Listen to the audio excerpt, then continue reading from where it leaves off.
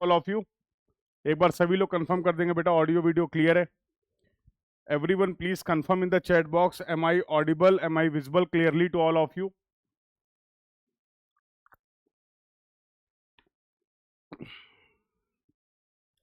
तो एक बार सभी लोग कंफर्म कर देंगे ऑडियो वीडियो क्लियर है। ठीक है। एग्जाम डिफिकल्ट था? अच्छा, चलिए तो सारी चीजों पे बात करने वाले हैं कि एग्जाम डिफिकल्ट था नहीं था, कैसा हुआ एग्जाम, क्या कट ऑफ रहेगा और आगे की क्या स्ट्रेटजी रहने वाली है, तो इसके बारे में हम लोग बातचीत करेंगे। ठीक है। तो मेमोरी बेस्ड क्वेश्चन थे, मेरे को जो क्वेश्चंस रिसीव्ड हुए उनके बेसिस पे काफी हद तक काफी क्वेश्चन डिस्कस करेंगे आज हम लोग। तो कैसा रहा पेपर ओवरऑल, एक बार सब लोग मुझे चैट बॉक्स में बता देंगे और उसके बाद फिर हम लोग डिस्कशन स्टार्ट करते हैं। ठीक है। तो आई होप, मुझे तो यही उम्मीद है, मैं यही उम्मीद करता हूं कि आप सभी लोग का पेपर अच्छा रहा, जियोमेट्रिक्स का पेपर। तो बहुत सारे लोगों को लग रहा पेपर डिफिकल्ट रहा। हाँ, चलिए तो अब पेपर तो हो गया है, अब आगे की क्या स्ट्रेटजी रहेगी इसके बारे में एक एक करके हम लोग बात करेंगे। ठीक है। हाँ, तो मेरा एग्जाम कैसा गया, मैं भी दे ही आया। ठीक है, चलिए तो स्टार्ट करते हैं और एक एक करके कितने मैक्सिमम जो भी क्वेश्चन मेरे पास अवेलेबल हैं उन सभी पे हम लोग डिस्कशन करने वाले हैं। और अगर आपके पास कोई और क्वेश्चन भी हैं जो क्वेश्चन हम लोग यहाँ पर डिस्कस करेंगे, ठीक है, तो आप उसको भी और भी क्वेश्चन अगर आपको याद आते हैं जो यहाँ पर डिस्कस नहीं होता है तो आप सभी लोग मुझे चैट बॉक्स में या फिर मुझे डायरेक्टली मेरे नंबर पे वो क्वेश्चन भेज सकते हैं। तो दिस इज द डिस्कशन, हाँ, जियोमेट्रिक्स इंजीनियरिंग। और सबसे इंपॉर्टेंट बात है, कहीं नहीं मिलेगा आपको। तो जियोमेट्रिक्स इंजीनियरिंग का जो भी डिस्कशन है, जितने लोग भी जियोमेट्रिक्स इंजीनियरिंग के लिए प्रिपेयर कर रहे हैं, तो सबसे पहले और इकलौता आप बोल सकते हो पूरे यूट्यूब में, I am talking about the entire YouTube sessions, you will not find the solution for the geomatics engineering except this session. तो ये सभी स्टूडेंट्स के लिए बहुत यूजफुल है जिन लोगों ने भी जियोमेट्रिक्स इंजीनियरिंग से पेपर दिया है। तो इसके बारे में डिस्कशन कर लेते हैं। ठीक है, तो लेट्स स्टार्ट द डिस्कशन। और टोटल पेपर में क्वेश्चंस क्या थे, तो सबसे पहला काम तो ये करो, अगर कोई मेमोरी बेस्ड क्वेश्चन आपको याद है, अगर आपको कोई क्वेश्चन याद है तो आप सभी लोग इस नंबर पे मुझे क्वेश्चन भेज सकते हो। तो वो क्वेश्चन मेरे पास अवेलेबल हो जाएगा, जो जो क्वेश्चन भी हैं। तो you all can share your memory based question with me on this number. ठीक है भाई, जिसको जितने भी क्वेश्चन याद आ रहे हैं तो सभी लोग भेज देंगे, शेयर कर देंगे, ताकि उनका भी डिस्कशन हम लोग कर सकें।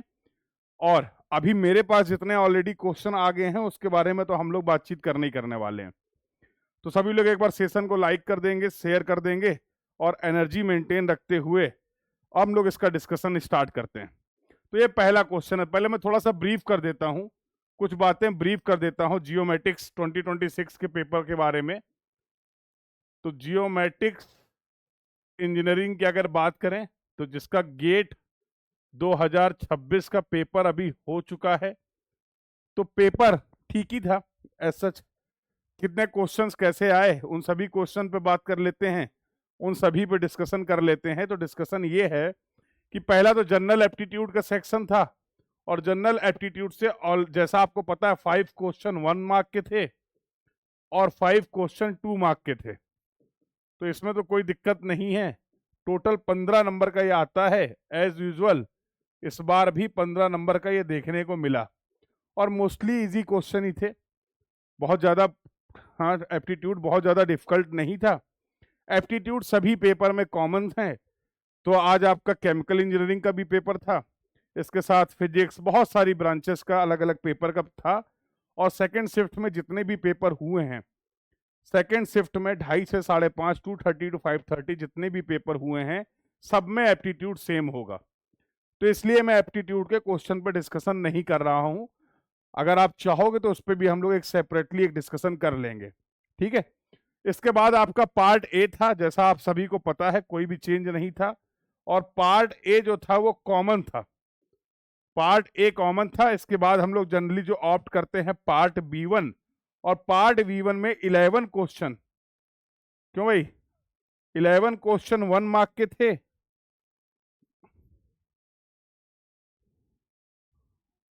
नहीं 2 मार्क के, और 8 क्वेश्चन जो थे आपके 1 मार्क के थे। तो ये लगभग 30 नंबर का ये सेक्शन रहता है, ठीक है, बिल्कुल 30 मार्क्स टोटल यहां से थे, 15 ये हो गए 45, और ये था 55 मार्क्स का सेक्शन, ठीक है, कॉमन। तो ये पूरा डिटेल था। जैसे पेपर में अब तक अगर आप पिछले पेपर्स को एनालाइज करेंगे, गेट 2022 का, गेट 2023 का, गेट 2024 का, 25 का, तो रफली रफली पैटर्न एकदम सेम था। पैटर्न में पहली बात कोई चेंज नहीं थी, ठीक है। जितने एमसीक्यू आते थे, जितने एनएटी आते थे, और जितने भी मैचिंग के क्वेश्चन थे, सारा कुछ लगभग लगभग वही था, ठीक है।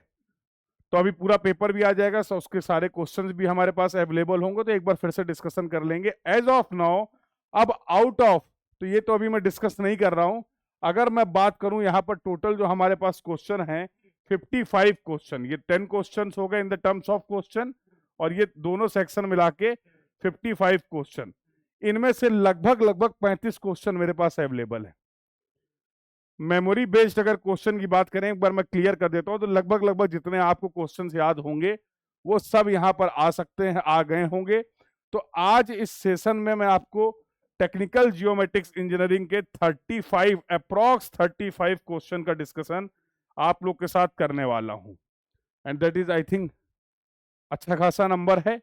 तो 55 में से, और अगर आप 10 क्वेश्चन एप्टीट्यूड के लगा लेंगे तो 45 क्वेश्चन, और टोटल क्वेश्चन थे 65, ठीक है भाई। तो कुछ डेटा तो अवेलेबल नहीं हो पाया, और इनके अलावा भी अगर कहीं भी किसी को कोई भी क्वेश्चन याद आता है तो मुझे जरूर बताइएगा, मुझसे जरूर शेयर करिएगा, ठीक है।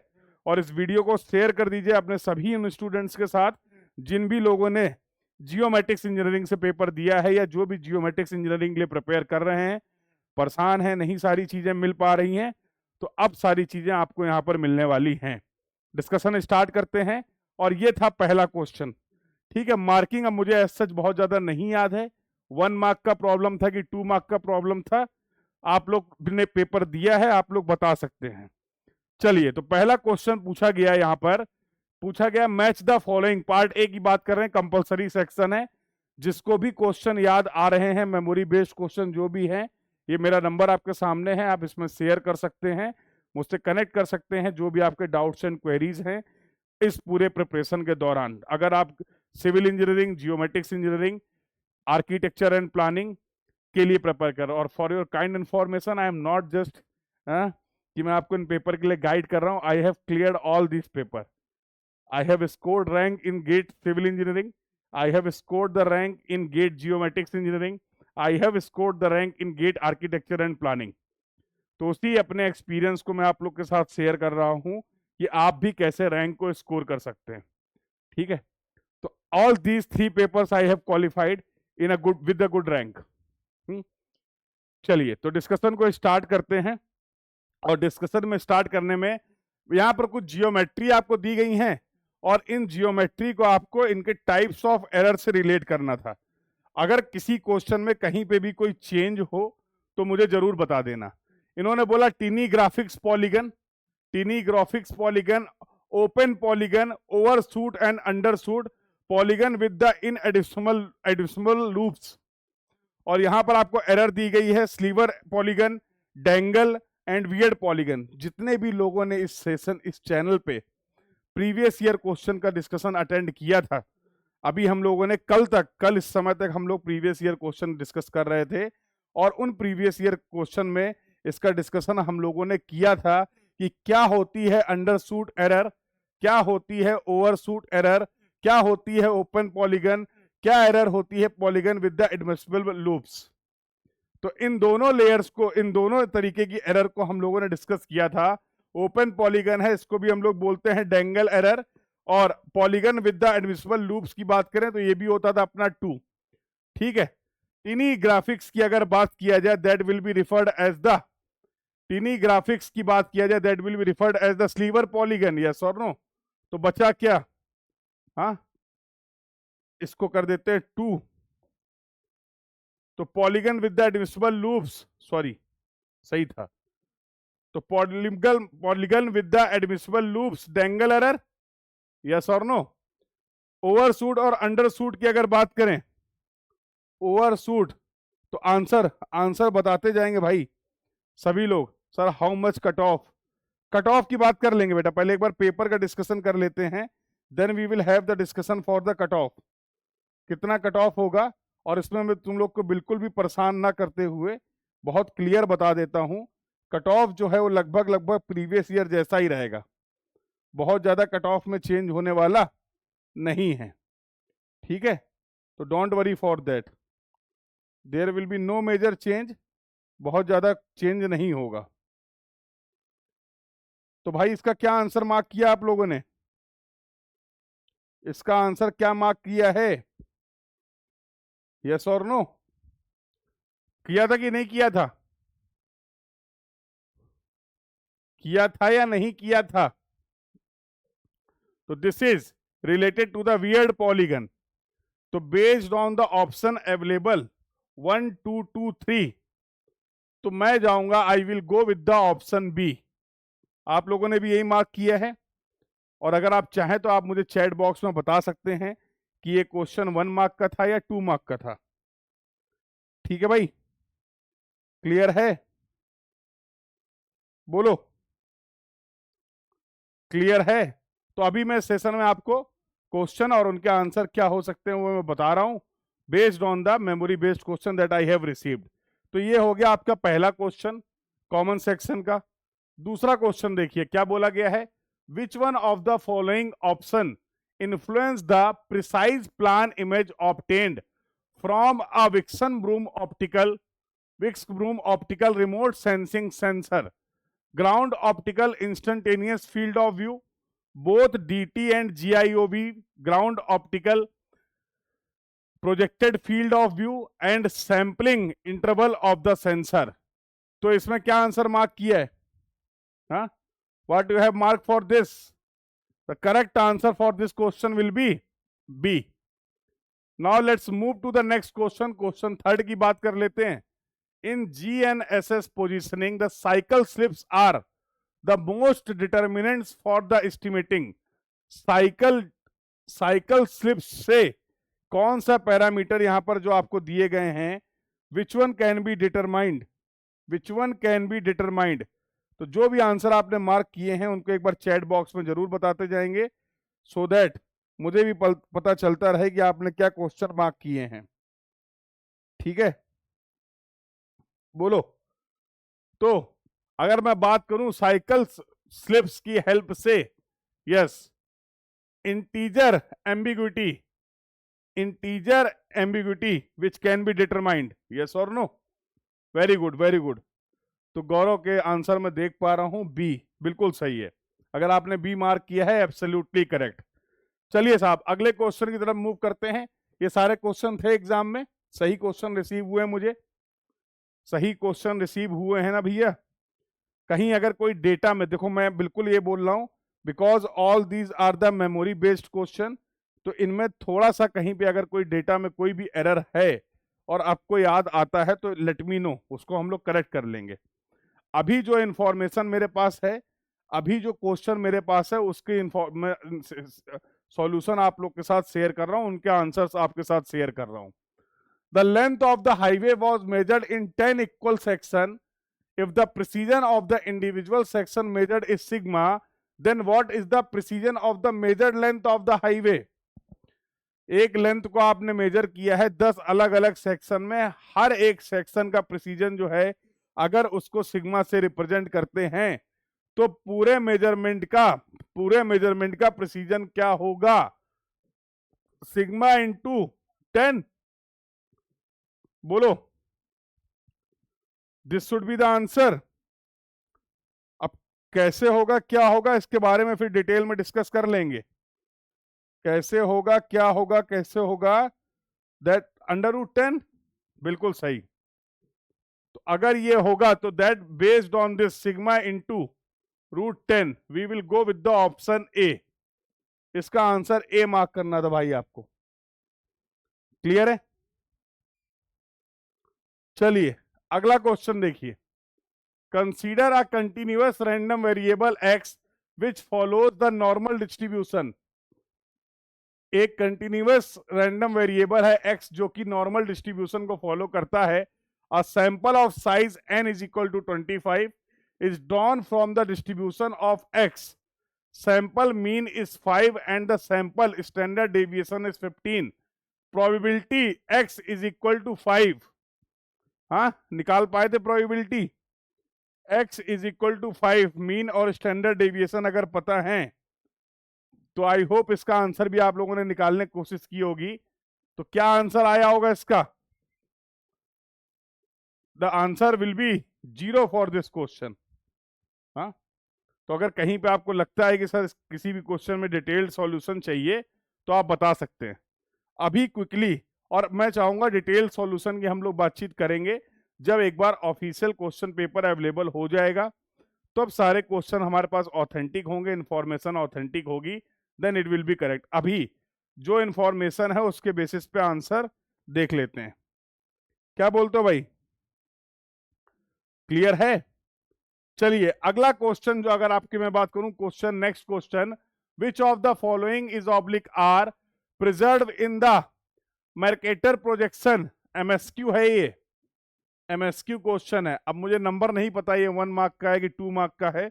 अगर किसी को याद आ रहा हो तो बिल्कुल आप बता सकते हैं। और साथ साथ मैं चाहूंगा जितने लोग भी अभी इस क्लास को लाइव क्लास में हैं वो सभी लोग चैट बॉक्स में आंसर भी करते रहें। वो सभी लोग चैट बॉक्स में आंसर करते रहें। तो यूट्यूब पर अगर आप क्लास देख रहे हैं या फिर ऐप पर आप क्लास देख रहे हैं, जहां पर भी आप क्लास देख रहे हैं वहां से आप कमेंट्स कर सकते हैं। कमेंट्स विजिबल हैं, comments are visible to me, तो डू कमेंट। और जल्द इस सभी क्वेश्चन के बारे में हम लोग यहाँ पर एक एक करके डिस्कशन करने वाले हैं। तो यहाँ पर अगर बात किया जाए इन the case of Mercator projection, कौन कौन से चीजों को आप प्रिजर्व कर सकते हैं? Equal area, shape, to direction, shape only along with the standard. किसी भी, देखो सबसे इंपॉर्टेंट क्या है, बिल्कुल मुझे पता है कि in the case of Mercator projection we can prevent the shape. और अगर किसी ऑब्जेक्ट की शेप को आप प्रिवेंट कर रहे हैं दैट मीन्स वहां पर डायरेक्शन भी आपने प्रिजर्व किए ही होंगे। तो इसके लिए मैं मार्क करूंगा बी एंड सी। एमएसक्यू है, सारे ऑप्शन सेलेक्ट करने हैं तभी आपको नंबर मिलेंगे। बताओ भाई, तो फटाफट एक बार रिकॉल करते जाएंगे और चेक करते जाएंगे आपने क्या आंसर मार्क किए हैं, और उससे एक आपको आइडिया लग जाएगा कि आपका पेपर कैसा हुआ है। क्लियर है? अरे बोलो भाई, बोलो। चलिए अगला क्वेश्चन जो था पेपर में क्या था? What indicates the multi spectral sensor. Multi spectral sensor की कैरेक्टरिस्टिक्स क्या है? तो इसके बेसिस में हमने क्या बोला था, इसका आंसर क्या मार्क किया आपने? A sensor with 10 non continuous spectral bands having a bandwidth is about 0.04 micrometer. This you have marked? Yes or no? तो फटाफट सभी लोग एक बार आंसर बताते जाएंगे। हाँ, हाईवे इंजीनियरिंग का क्वेश्चन कराइए सर। अरे सब कराएंगे, अब जो क्वेश्चन आया होगा। हाईवे का नहीं आता इसमें भैया, जियोमेट्रिक्स इंजीनियरिंग की बात करी जा रही है, ठीक है? अगर आपको नहीं पता है तो हाईवे के नहीं, सर्वे के क्वेश्चन जरूर मिल जाएंगे। सिविल इंजीनियरिंग का हाईवे वाला पार्ट इसमें नहीं आता है, ठीक है? चलिए अगला देखिए, which one of the coordinates pairs represent two satellites orbit in sky plot in the GNSS constellation. भैया दो सैटेलाइट्स की अगर बात करें तो कौन कौन सी चीजें, कौन कौन से इनमें से कौन सा पेयर है जो जीएनएसएस में स्काई प्लॉट के लिए रिस्पॉन्सिबल है? तो yes, the answer is going to be, क्या मार्क किया होगा आपने? Yes, you have done with the, go with the elevation and azimuth. Elevation linear measurement, azimuth angular measurement. तो अगर बेसिक सर्वेइंग भी आपको पता है तो उसके बेसिस पे भी आप लोगों ने इसका आंसर मार्क कर लिया होगा। तो I will go with this, ठीक है? चलिए नेक्स्ट क्वेश्चन देखिए, buffering operation on a point और a line result in a. Buffering operation in a point और a line result in a. Buffering operation in a point और a line result in a polygon.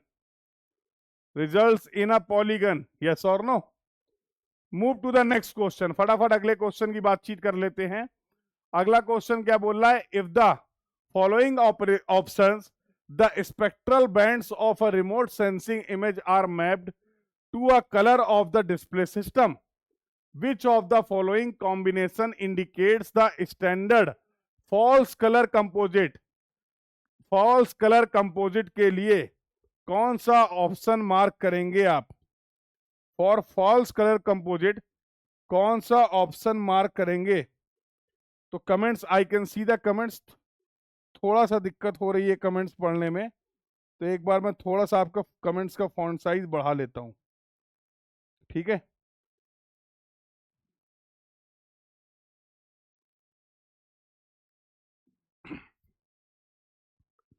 तो what you have mark, कि क्या option आपने mark किया है? Polygon, बिल्कुल बिल्कुल। तो थोड़ा सा आई थिंक डिले है आप लोग के रिस्पॉन्स मिलने में। यस, तो we will go with the green to blue, red to green and near infrared to red. ठीक है, यही मार्क किया होगा, आई होप सभी ने यही मार्क किया है। तो देख लो यार, अगर इसके अलावा किसी को कोई भी क्वेश्चन याद आ रहा है तो जरूर, बिल्कुल सही। यस, ABCD भी लिखा हुआ है जैसा आपको पता है। थोड़ा सा हाँ, इस बात का भी ध्यान रखना, टाइपिंग एरर भी हो सकती है, क्योंकि 5:30 तक पेपर था, उसके बाद कुछ क्वेश्चंस मिले, उनको थोड़ा सा अरेंज किया गया है और उसके बेसिस पे फिर मैं आपके पास आ गया हूँ, जिसकी वजह से आपका सेशन, एक्चुअली ये सेशन 9 बजे शेड्यूल था, बट इसके प्रिपरेशन में थोड़ा सा टाइम लग गया है। मैं नहीं चाहता था कि मैं एक एक क्वेश्चन लेके आता फिर मैं लिखता, उसमें आपका ज़्यादा टाइम लगता। ठीक है, तो एक बार क्विक सॉल्यूशन हो जाएगा, मन को तसल्ली मिल जाएगी कि अब जाहिर सी बात है पेपर में आप कुछ चेंज तो कर नहीं सकते, पेपर तो दे आए, बट एक रहता है ना कि क्या आंसर होगा पता चल जाए कहीं से। तो उसके लिए मैं ये सेशन बेसिकली प्लान किया ताकि डिफिकल्ट परेशानी ना हो। हाँ, जो हुआ उसको आपको एक आइडिया लग जाएगा और उसके बेसिस पे फिर आगे आप अपनी प्लानिंग कर सकते हैं, क्योंकि अभी आपका सिविल इंजीनियरिंग का, आई होप सभी लोग का सिविल इंजीनियरिंग का भी पेपर होगा, तो इसका, इस पेपर का इफेक्ट जो है वो सिविल इंजीनियरिंग पेपर में नहीं दिखना चाहिए। अच्छा हुआ, बहुत अच्छी बात है, नहीं हुआ अच्छा तो भी कोई बात नहीं, जो भी कर सकते थे आप लोगों ने किया। और अभी आपका मेन फोकस होना चाहिए नेक्स्ट पेपर, जो कि 14 को है, सिविल इंजीनियरिंग का। ठीक है, ठीक है।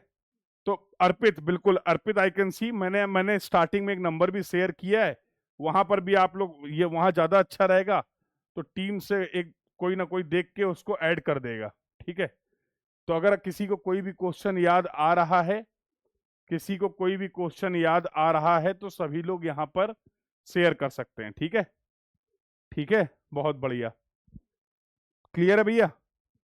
तो जियोमेट्रिक्स इंजीनियरिंग के पेपर में हम लोग फटाफट इनके आंसर्स देख लेते हैं जो आपने मार्क किए हैं। मेमोरी बेस्ड क्वेश्चन के बेसिस पे आंसर है ये। इन GNSS पोजीशनिंग द डाइल्यूशन, अरे भैया अभी अभी PYQ डिस्कशन, और ज्यादा नहीं, कल, हाँ इन द कल 6 तारीख थी कल, तो 6/2/2026 की क्लास में हम लोगों ने डिस्कस किया है। हाँ, same concept we have discussed. तो बहुत सारे क्वेश्चन अगर आप देखेंगे तो प्रीवियस ईयर में ऑलरेडी आए हुए थे। प्रीवियस ईयर लगाना, प्रीवियस ईयर प्रैक्टिस करना क्या यूजफुल था? जवाब है हाँ। हम लोगों ने लगभग लगभग 1 मार्क के सारे प्रीवियस ईयर क्वेश्चन लगा लिए थे, गेट 2022 से लेकर 2025 तक। और अगर मैं गलत नहीं हूं तो उसमें आपको कम से कम 8 से 10 नंबर के क्वेश्चन देखने को मिले आज के पेपर में, कम से कम। हाँ, तो वैसा ही क्वेश्चन है। तो हम लोग बात कर रहे थे डाइल्यूशन ऑफ प्रिसीजन, और डाइल्यूशन ऑफ प्रिसीजन आपको बता रहा था सैटेलाइट्स की जियोमेट्री के बारे में, कल ही डिस्कस किया था सैटेलाइट्स की जियोमेट्री के बारे में। तो that we will go with this option. Clear है भाई सभी को? क्लियर है, यही मार्क किया है। तो आई होप ये डिस्कशन भी क्लियर है सभी को। चलिए अगले क्वेश्चन की तरफ। नंबरिंग ध्यान मत देना, नंबरिंग ध्यान मत देना, लास्ट में देख लेना टोटल कितने क्वेश्चन हुए। मैंने स्लाइड के बेसिस पे आपको बताया था कि लगभग 35 क्वेश्चन मेरे पास अवेलेबल हैं। ठीक है, तो नंबरिंग ऊपर नीचे हो सकती है, तो do not go with the numbering. ठीक है, और फिर से मैं बोल रहा हूं, अगर किसी क्वेश्चन में, उस क्वेश्चन के किसी ऑप्शन में आपको लगता है कि कुछ और वैल्यू थी, या कुछ और दिया गया था जो कि यहाँ पर मिसिंग है, तो do let me know in the chat box. ठीक है, तो अभी तक एक बार मुझे चैट बॉक्स में बता दो कितने क्वेश्चन डिस्कस कर लिए। 10 क्वेश्चन तो डिस्कस कर लिए ना, क्या स्कोर चल रहा है? ठीक है, 1-2 मार्क्स छोड़ देते हैं। नंबर ऑफ क्वेश्चंस करेक्ट और इनकरेक्ट के बेसिस पर अगर बात करें तो अब तक जो डिस्कशन किया गया है उसमें से कितने क्वेश्चन किसके करेक्ट हैं? हाँ, तो 5/10, 6/10, 7/10, 10/10, 0/10, ये एक बार चैट बॉक्स में सभी लोग लिख देंगे। हाँ, तो अब तक कितने क्वेश्चन आप लोगों ने करेक्ट मार्क किए हैं? बोलो भाई।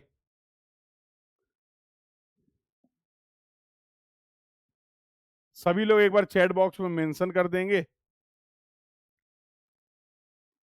और बिल्कुल बेसिकली, हाँ, 6 क्वेश्चन में 5 सही, बहुत बढ़िया, बहुत बढ़िया। तो I can see the response. तो गौरव ने अब तक 6 क्वेश्चन का डिस्कशन यहाँ पे देखा है और 5 सही हैं, कुछ क्वेश्चन इन्होंने अटेम्प्ट किए हैं और कुछ स्किप कर दिए हैं, बहुत बढ़िया। तो और बाकी लोग का क्या रिस्पॉन्स है? बाकी लोगों का क्या रिस्पॉन्स है, सभी लोग बता देंगे। हाँ, तो थोड़ा सा इंटरेक्टिव रखेंगे सेशन, बढ़िया रहने वाला है। चलिए अगले क्वेश्चन की तरफ मूव करते हैं। विच of the following, which of the following spectral range, पता होना चाहिए, डेटाबेस क्वेश्चन है। ठीक है भैया, डेटाबेस क्वेश्चन है, इंफॉर्मेशन बेस्ड क्वेश्चन है, पता है तो अच्छी बात है, नहीं तो कोई बात नहीं, फिर स्किप ही करना पड़ेगा। Is most suitable for distinction between the snow and cloud, snow और क्लाउड में डिस्टिंग करने के लिए कौन सी स्पेक्ट्रल रेंज होनी चाहिए? यस, तो we will go with the 1.5 to 1.75 micrometre. Yes और नो? तो आई होप आप लोगों ने भी यही आंसर मार्क किया है। चलिए, तो इसके लिए ये मार्क कर देंगे। Now let's move to the next question. In the triangular network shown in the figure. अच्छा, हाँ, ये क्या है? ये इसमें फिगर नहीं दे रखा है, दिक्कत बहुत। रुको, फिगर अगर मेरे पास अवेलेबल होगा तो मैं शेयर करता हूँ आपके साथ। Just give me a minute.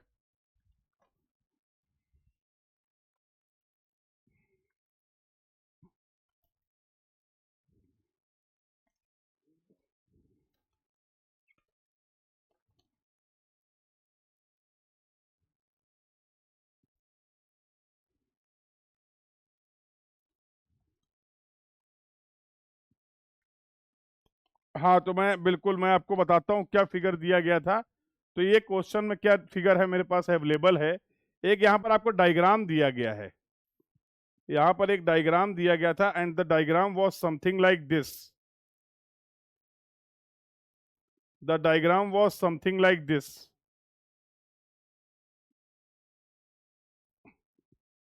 कुछ ऐसा ही था, एक बार कंफर्म कर देंगे। कुछ ऐसा ही डायग्राम था, यस और नो? तो ये ट्रायंगुलेशन का सर्वे वर्क किया है। बी और डी जो है, ये बी और जी, सॉरी, बी और जी जो है वो बोला गया है B and G are the observe length of the base line. ये बेस लाइन की ऑब्जर्व लेंथ है। ठीक है भाई, इसके बेसिस पे यहां पूछा क्या गया है कि, और नंबरिंग दे रखी गई थी like this, 1 2 3 4 5 6 7 8 9 10 11 12 13 14 15 16 17 and 18, these are the internal angles। तो इसके बेसिस पे redundancy, same concept we have discuss in the PYQ previous year, कितने रिडंडेंट हैं। तो इस केस में रिडंडेंट हम लोग निकाल सकते हैं।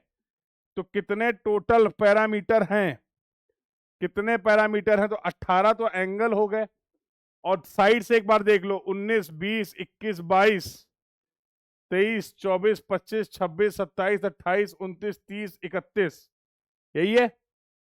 और 31 में से कितने आपने मेजर कर लिए हैं? तो 18 और 2 20। कुछ गड़बड़ हो रहा है क्या? हाँ, अब 31 में से टोटल 2 तो पता है भाई, 2 तो आपने मेजर्ड कर लिए हैं ना। तो दिस इज 29, और यहां पर एंगल और 2 साइड 20, तो ये वैल्यू आ रही होगी 9। यही आ रहा है। यही था, यही था कि नहीं? तो 9 वैल्यू आ रही थी, तो ये सभी ने मार्क कर दिया होगा, आई होप इसका आंसर। ठीक है, तो इसका भी कंसेप्ट हम लोगों ने अपनी प्रीवियस क्लासेस में डिस्कस कर रखा था। तो आप लोग मुझे बताइए, ऐसा मुझे तो लग रहा आप लोगों ने, जिन लोगों ने क्लास अटेंड की थी, जिन लोगों ने प्रीवियस ईयर क्वेश्चन जो हम लोगों ने अभी, हाँ, लास्ट 1 वीक या 10 दिन में आप बोल सकते हैं क्वेश्चंस को प्रैक्टिस किया था, प्रीवियस ईयर क्वेश्चन लगाए थे, उन सेशंस का बेनिफिट हुआ या नहीं हुआ है? Have you got benefited from all the PYQ discussion? Yes और नो? क्योंकि अभी थोड़ा सा टाइम कम था तो पूरे क्वेश्चंस नहीं लगा पाए, बट आई होप जितने भी क्वेश्चंस हम लोगों ने लगाए थे उसका बेनिफिट तो हुआ है। क्या बोलते हो? यस और नो? तो टोटल कितनी क्वांटिटी है, कितने मेजर कर लिए, जो बचे हुए हैं वो रिडंडेंट? यस और नो?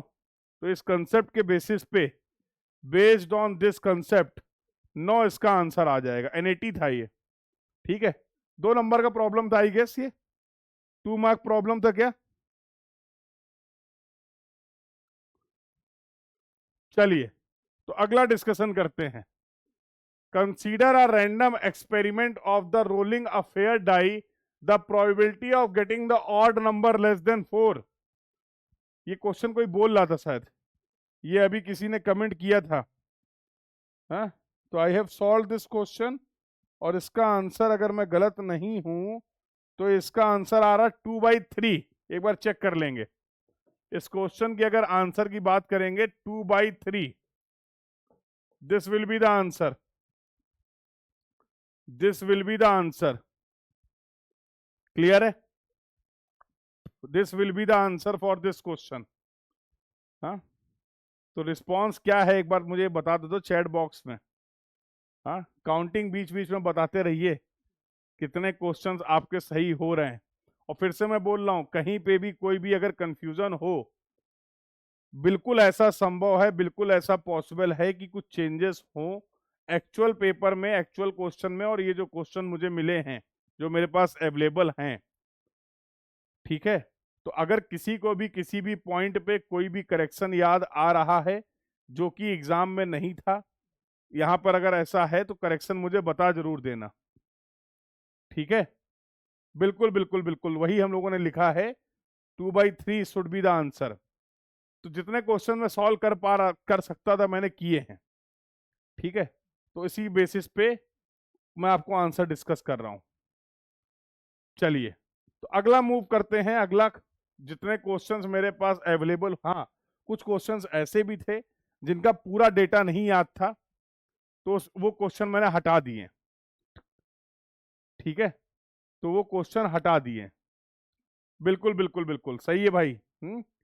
बढ़िया, बहुत बढ़िया। तो मैं देख पा रहा हूँ जो लोग लगातार क्लासेस में थे, गौरव लगातार ऐप पर क्लासेस कर रहे थे। हाँ, गौरव लगातार यूट्यूब की क्लासेस को फॉलो कर रहे थे, और गौरव लगातार मुझसे बात कर करके, मैसेज कर करके पूछते रहते थे, सर ये कब होगा, ये कब होगा, ये करा दीजिए, वो करा दीजिए। तो मुझे ऐसा लग रहा है कि जिन भी लोगों ने, बहुत ज़्यादा लोगों तक ये इन्फॉर्मेशन नहीं थी, बट जिन भी लोगों ने, जितने भी लोगों ने क्लासेस को फॉलो किया, तो नाउ आई कैन सी कि मेरा जो एफर्ट था, तो आई एम, हाँ, हैप्पी विद दैट। उससे कुछ ना कुछ तो बेनिफिट हुआ है। क्या बोलते हो? हाँ, सही लग रहा है मुझे या गलत लग रहा है? चलिए, correct the context of the line area spatial relationship. Line is contained in the area. MSQ था क्या ये? एमएसक्यू था आई गेस, एमएसक्यू था क्वेश्चन। तो line is contained in the area and line crosses the area, ये दोनों सही होंगे अगर ये एमएसक्यू है, अगर ये एमएसक्यू है। बिल्कुल बिल्कुल बिल्कुल। तो बहुत ही बेहतरीन तरीके से अब बिल्कुल तैयारी हो चुकी है, तैयारी हो चुकी है युद्ध स्तर पे, हल्की फुल्की नहीं। तो मैं पूरी तरीके से तैयार हूं इस बात के साथ कि GATE 2027 geometrics engineering top 1 to 100 में मैक्सिमम लोग यहीं से होंगे। ये बात आप बिल्कुल ध्यान रखिएगा मेरी, इसका क्लिप भी बना सकते हो आप। नेक्स्ट गेट 2027 में गेट जियोमेट्रिक्स इंजीनियरिंग के 1 से 100 के बीच में मैक्सिमम टू मैक्सिमम रैंकर आपको यहां से दिखने वाले हैं। तो सारी चीजें प्रिपेयर्ड हैं। अब जियोमेट्रिक्स इंजीनियरिंग में तहलका मचा देंगे हम लोग। ठीक है, तो बिल्कुल जिनका भी ड्रीम है हायर एजुकेशन, जिनका भी ड्रीम है इस फील्ड में अपॉर्चुनिटीज को एक्सप्लोर करने का, I am with all of you. अब आप लोगों के साथ सारी चीजें शेयर करने के लिए मैं अवेलेबल हूँ, और बहुत ही बेहतरीन तरीके से हम लोग गेट 2027 के लिए तैयारी करेंगे। अभी तो लास्ट मोमेंट में जो कर पाए। हाँ, अब तो बहुत टाइम है। तो जो लोग भी गेट 2027-28 को टारगेट कर रहे हैं, बिल्कुल कनेक्टेड रहिए और सारी चीजों को बस फॉलो करते रहिए। You all are going to be get benefited, this is for sure.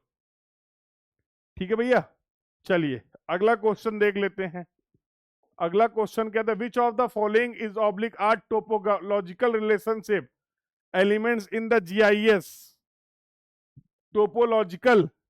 Topological connectivity, adjacency, containment, हाँ, बी सी डी।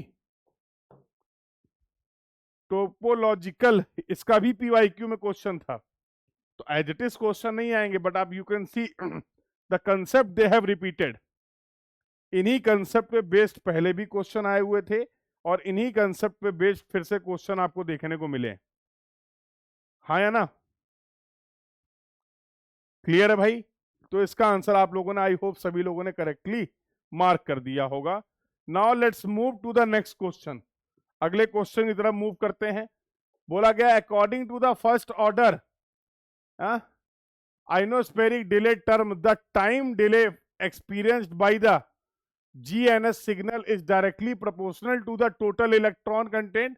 देखो इसमें इन्होंने हिंट भी दे दिया है, इसमें इन्होंने आपको प्रॉपर हिंट भी दी। आज अगर आपने देखा होगा तो 2-3 क्वेश्चन में प्रॉपर आपको हिंट भी दिया गया था कैसे आप उस क्वेश्चन को सॉल्व कर सकते हैं।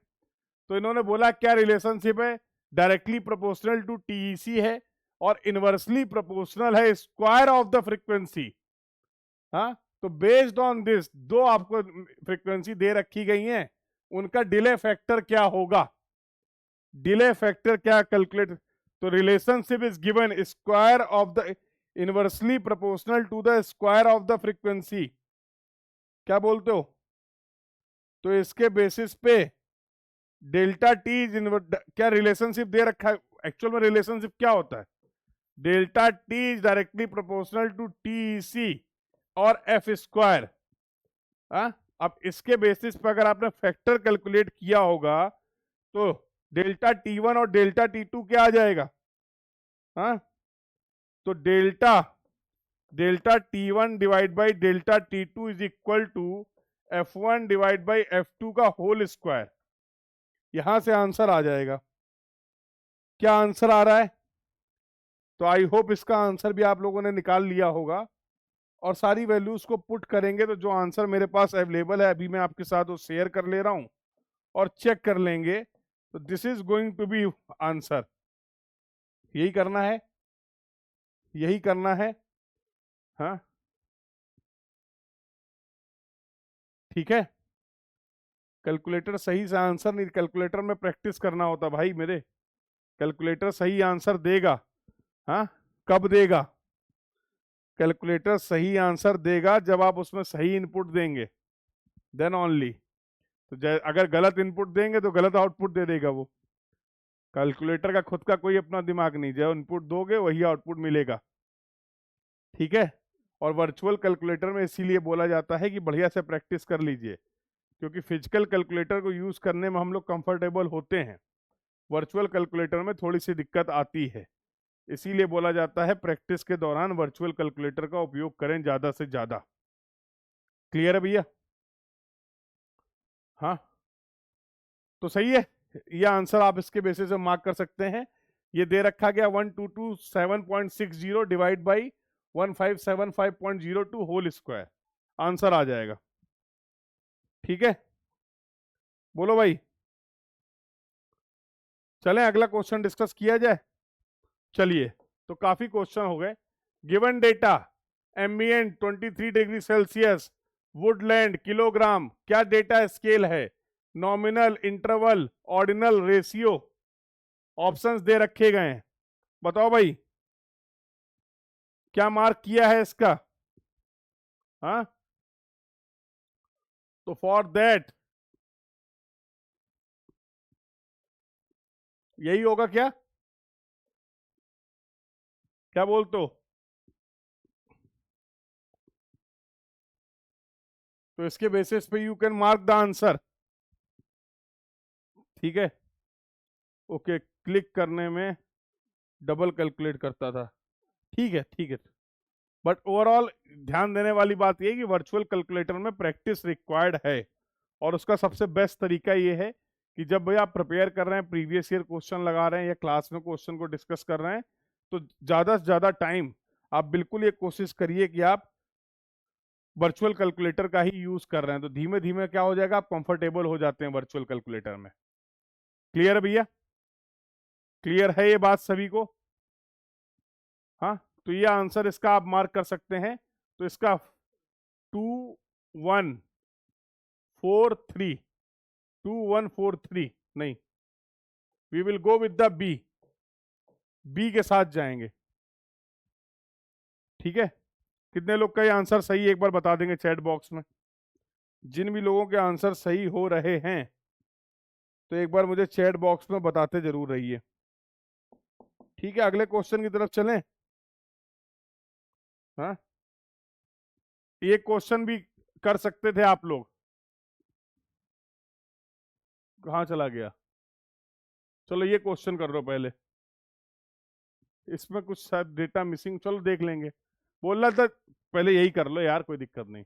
बोल रहा है ये प्लॉट दे रखा गया था, एग्जैक्ट डेटा तो नहीं है यहाँ पर, बट उसमें ऐसा कुछ बोला गया था कि एक साइड जो है, डायरेक्शंस थी कुछ, मुझे भी याद आ रहा है इस क्वेश्चन में बोला बताया गया था कि दो साइड्स हैं, हाँ, पैरेलल साइड्स की डायमेंशन दी गई थी आपको, और एडजेसेंट ईस्टवर्ड्स ऐसा मेंशन था कि ईस्ट में जो है उसकी साइड की लेंथ क्या दे रखी गई थी, उसके बेसिस पे कुछ डायग्राम ऐसा बन रहा था, अगर मैं गलत नहीं हूं तो the diagram was something like this.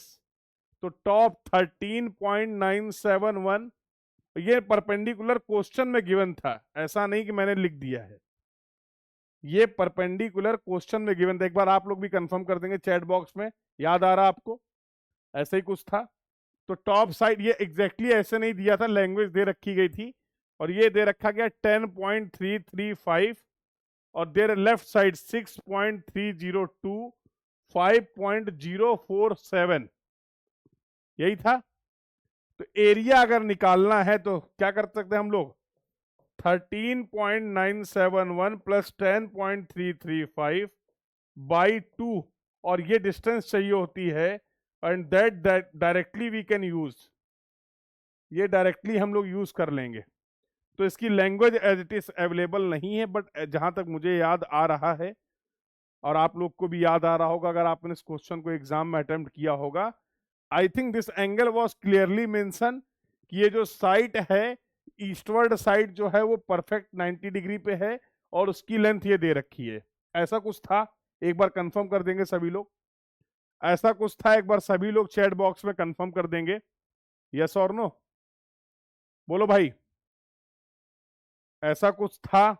तो इसके बेसिस पे हम लोग आसानी से कैलकुलेट कर सकते हैं। This was the concept that we can use, simply ये कंसेप्ट आपको यहां पर यूज करना था।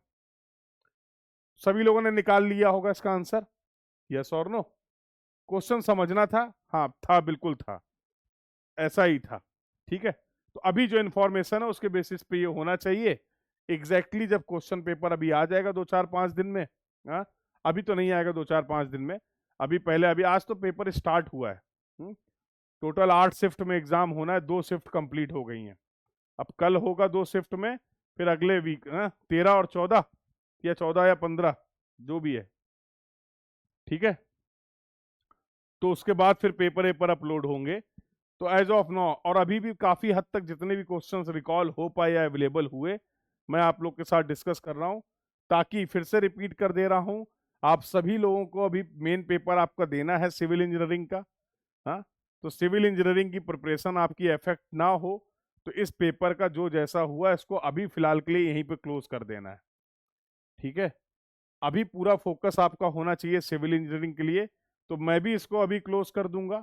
आज के इस डिस्कशन के बाद कल से हम लोग डिस्कशन स्टार्ट कर देंगे, बिल्कुल कल से हम लोग डिस्कशन स्टार्ट कर देंगे सिविल इंजीनियरिंग के लिए। और जैसा आपको पता है इसी इसी चैनल पर मैं टोटल आपके 4 सब्जेक्ट्स रिवाइज कराने वाला हूँ, ठीक है। तो transportation engineering complete revision, surveying, RCC, CPM part, तो 20 से ज्यादा नंबर गेट सिविल इंजीनियरिंग में 4 टॉपिक या 4 सब्जेक्ट जो मैं आप लोग के साथ डिस्कस करूंगा आने वाले 4 दिनों में, उसका वेटेज जो है वो 20+ मार्क है, ठीक है। तो जो कुछ भी आपने प्रिपेयर कर रखा बहुत अच्छी बात है, लास्ट में 20-22 नंबर का ये डिस्कशन होगा जिसको आप अच्छे से कंप्लीट करके इजीली अपने मार्क्स सिक्योर कर सकते हैं। कल से वो सेशन स्टार्ट हो रहे हैं, ठीक है। चलिए, तो यहाँ पर ये इसका आंसर मार्क कर दिया होगा आपने। अगला क्वेश्चन जो अवेलेबल है यहाँ पर, या क्या बोला जा रहा है, in general trilateration is the consider as the principle of GNSS, class में डिस्कस किया था।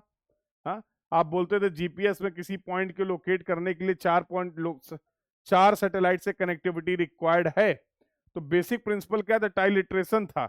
अगर उसके साथ और कोई सर्वेइंग का ऐसा प्रिंसिपल है क्या जो यूज होता है, तो इसको आप रिलेट कर सकते हैं in the case of plane table survey. और प्लेन टेबल सर्वे में जब हमें प्लेन टेबल की पोजीशन को आइडेंटिफाई करना होता था, once we want to find out the unknown position of the plane table, for that we have applied the method, और उसको हम लोग बोलते थे रिसेक्शन।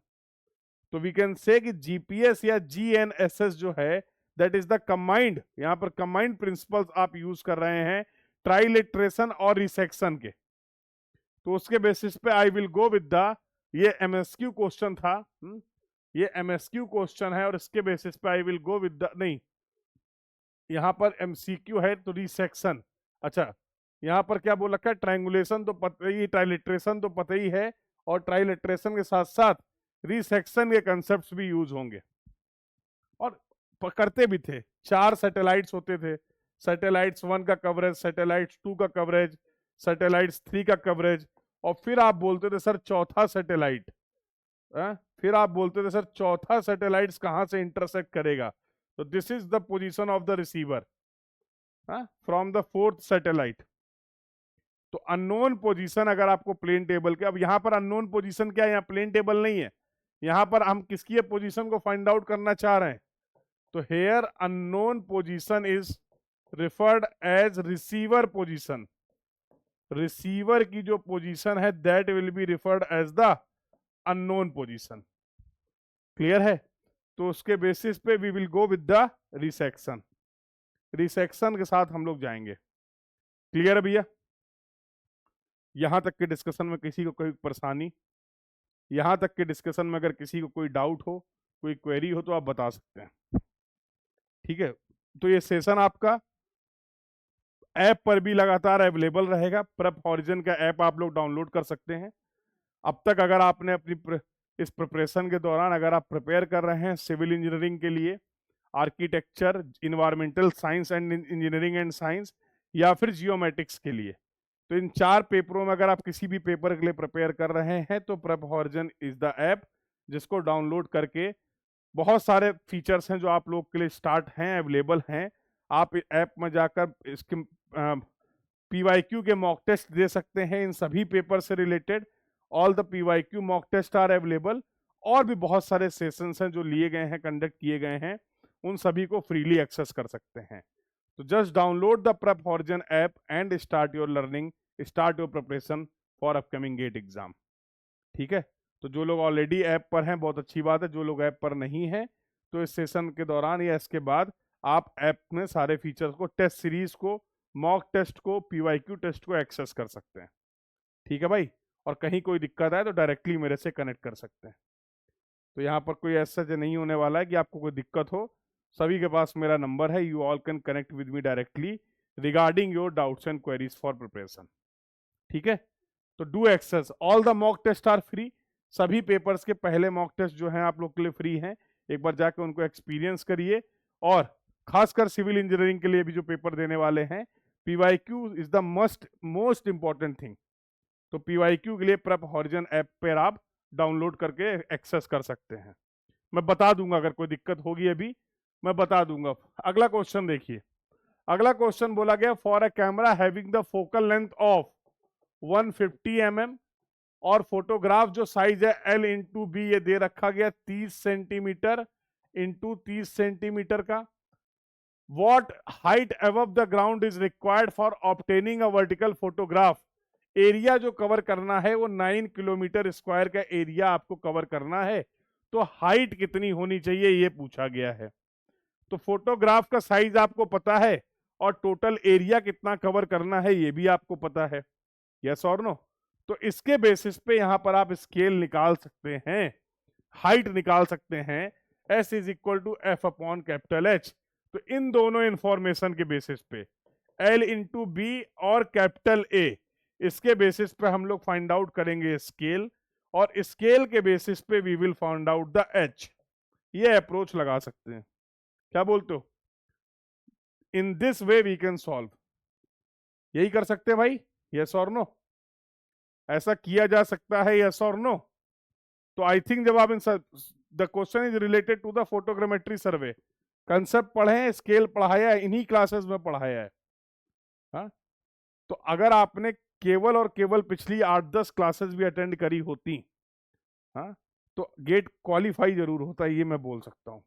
हाँ, तो क्वालिफाई, जो लोग परेशान होते क्वालिफाई कैसे होगा, क्वालिफाई से ज्यादा मार्क्स तो हम लोगों ने इन पिछले 15 दिनों में इस चैनल पे डिस्कस किए हैं, यस और नो? तो सभी कंटेंट अवेलेबल है, एक बार आप देख सकते हैं।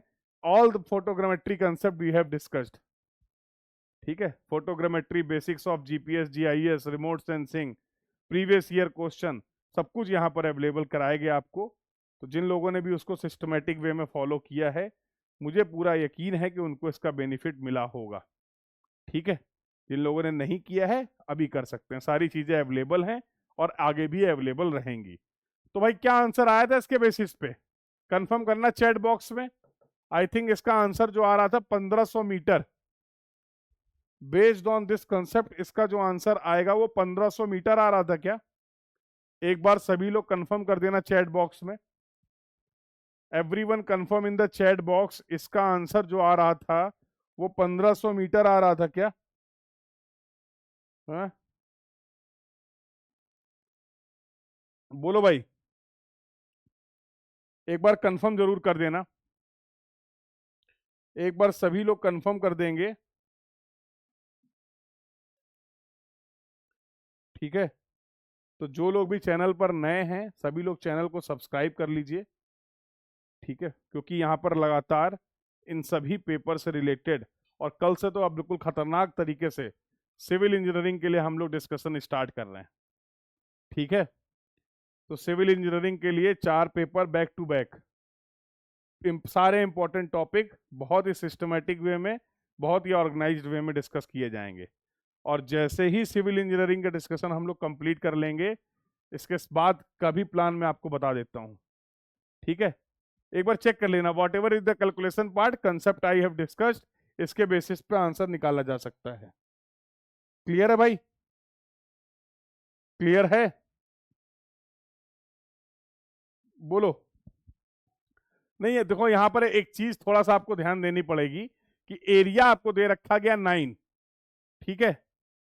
एरिया आपको दे रखा गया 9 किलोमीटर स्क्वायर, तो इसको हम लोग चेंज कर लेंगे, साइड्स निकालने की कोशिश करेंगे। तो 3/3 30 सेंटीमीटर जो है वो आप कन्वर्ट कर रहे हैं, उससे आप रिप्रेजेंट कर रहे हैं ग्राउंड के 3000 मीटर को, उसके बेसिस पे आप लोगों ने स्केल निकाला होगा, और स्केल को यूज करके we will use the, take proper care of units, units का ध्यान रखना है, take proper care of units, ठीक है? तो ये आपको इसका पीडीएफ, ये जो सेशन अभी हम लोग डिस्कस कर रहे हैं, ये पीडीएफ भी अवेलेबल होगा, ठीक है? स्मॉल स्केल एमएसक्यू है भाई, है, ठीक है? वेंकटेश भाई, ये क्वेश्चन जो तुम बोल रहे हो ये क्वेश्चन यहाँ पर है, थोड़ा सा वेट करो अभी आ जाएगा, ठीक है? जो लोग भी लेट ज्वाइन कर रहे हैं मैं फिर से बता रहा हूं, अच्छा रहेगा अगर आप इस नंबर पे मुझे वो क्वेश्चन भेज देंगे, ठीक है? बहुत अच्छा रहेगा अगर आपके जो भी मेमोरी बेस्ड क्वेश्चन है इस नंबर पे डायरेक्टली आप लोग मेरे से शेयर कर सकते हैं, ठीक है, तो उसको डिस्कस कर लेंगे अगर नहीं होगा। बट वेंकटेश ने भी जो क्वेश्चन मेंशन किया है वो है इसमें हम लोग के पास अवेलेबल है, आ रहा है अभी। ठीक है, अगला क्वेश्चन देखो। फिर मैं बोल रहा हूं नंबरिंग पे ध्यान नहीं देना भाई, ठीक है, नंबरिंग ऊपर नीचे हो सकती है जल्दबाजी में। यहां पर क्या बोला गया है, यहां पर आपसे बोला गया है which of the following statement is oblique or correct. कौन सा स्टेटमेंट या कौन कौन से स्टेटमेंट्स जो हैं वो सही हैं। At least 2 tidal gauges are required to estimate the mean sea level. ऐसा कुछ नहीं है भाई, ऐसा कुछ नहीं है, ऐसा कोई मिनिमम नंबर ऑफ ऑब्जर्वेशंस नहीं है। मीन सी लेवल को based on the high tides and low tides, high tide और लो टाइड का डेटा चाहिए होता over a period of 19 years. 19 साल का डेटा चाहिए होता है, उसके बेसिस पे आप मीन सी लेवल डिफाइन करते हैं। तो ऐसा कुछ नहीं पढ़ा था हम लोगों ने कि 2 टाइडल गेज चाहिए या 3 टाइडल गेज चाहिए या 100 टाइडल गेज चाहिए, नहीं। दूसरा स्टेटमेंट बोला गया है the mean sea level is not same as the geoid. Geoid lines क्या होती थी, जॉइड लाइंस जहां पे ग्रेविटेशनल एक्सेलरेशन की वैल्यू, ग्रेविटेशनल फोर्सेस की वैल्यू सेम होती है। तो geoid and mean sea level are not the same thing. Geoid और मीन सी लेवल सेम चीज नहीं है, लेकिन क्योंकि जियोडेटिक सर्वे में हम जॉइड को एज ए रेफरेंस लेते हैं और जॉइड जो होते हैं वो सेम हाइट पे या उन पॉइंट्स को कनेक्ट करने के बाद हमें जॉइड लाइन मिलती है जहां पर ग्रेविटेशनल फोर्स की वैल्यू सेम होती है।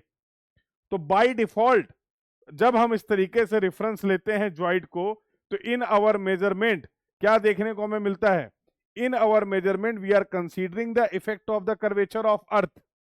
अर्थ के कर्वेचर के इफेक्ट को हम लोग कंसीडर कर लेते हैं, यस और नो। इसलिए इसको आप जियोडेटिक सर्वे बोलते हैं। These are not same thing.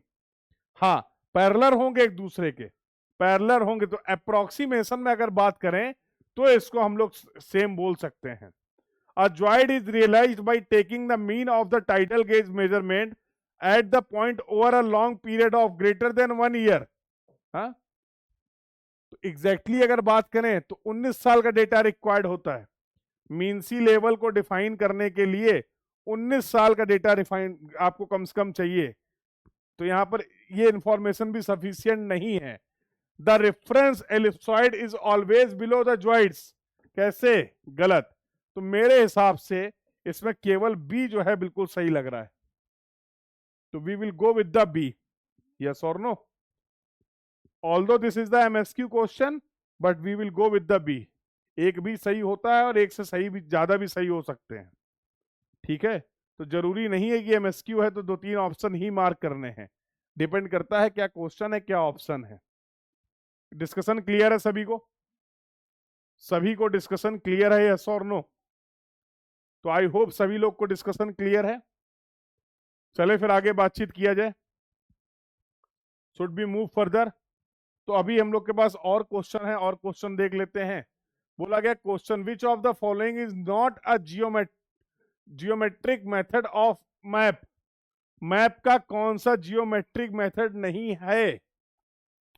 Stereographic है भैया, जिनोमेनोनिक है, orthographic, to orthographic projection. Vertical photograph is the true orthographic projection which can be directly used और रिफर्ड एज अ मैप, जिसको आप directly as a map use कर सकते हैं, सही है। पॉलीकोनिक इज नॉट, अरे यार कैसे मैप में 2 डायमेंशन की बात हो रही है, कोन में 2 डायमेंशन नहीं होंगी, कोन में 2 डायमेंशन नहीं होंगी। इस कॉमन सेंस के बेसिस पे भी इसका आंसर आप मार्क कर सकते थे। हाँ, नॉट पूछा गया है, यही है ना भाई, चेक कर लेना। तो we will mark D as the correct option. यहां पर हम लोग इसका आंसर जो मार्क करेंगे that we will mark D as the correct answer. Clear है भाई, क्लियर है। तो एक बार सभी लोग कंफर्म भी करते हुए चलेंगे। कहीं पे किसी को अगर कोई डाउट है, कोई क्वेरी है, तो बिल्कुल आप अपने डाउट्स एंड क्वेरीज को यहाँ पर डिस्कस कर सकते हैं। चलिए चलिए, और कोई क्वेश्चन याद आ रहा है। बोला which of the one of the following is the purpose of taking the back side levelling. Levelling के केस में बैक साइड रीडिंग क्यों लेते हैं।